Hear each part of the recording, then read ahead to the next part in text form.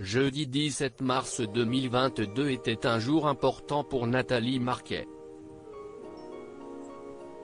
L'ancienne Miss France célébrait alors son 55e anniversaire, le premier sans son défunt époux Jean-Pierre Pernaut. Ils s'étaient rencontrés en décembre 2001 lors de l'élection de Miss France 2002, avaient célébré leur mariage en juin 2007 et ne s'étaient plus jamais quittés.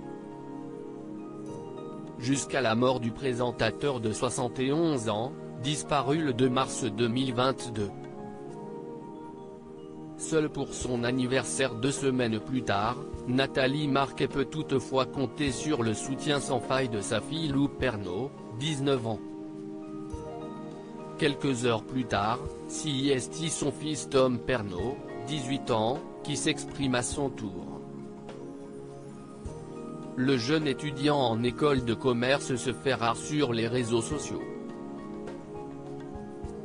Pourtant, il se saisit de son compte Instagram afin de témoigner publiquement son amour et son admiration pour sa chère et tendre mère. Bon anniversaire à la maman la plus courageuse, écrit-il en légende de 2 photos d'enfance où le jeune Tom apparaît dans les bras d'une Nathalie Marquet souriante. Nul doute que ces quelques mots ainsi que le partage de ces photos souvenirs ont fait chaud au cœur de la jolie brune. Nathalie Marquet se retrouve seule chez elle depuis la mort de Jean-Pierre Pernaut. Rappelons que Tom fait ses études à Lille et que Lou a quitté le foyer familial situé dans les Yvelines afin de s'installer à Paris, à littéralement 20 minutes de chez ses parents, comme elle l'avait révélé sur les réseaux sociaux.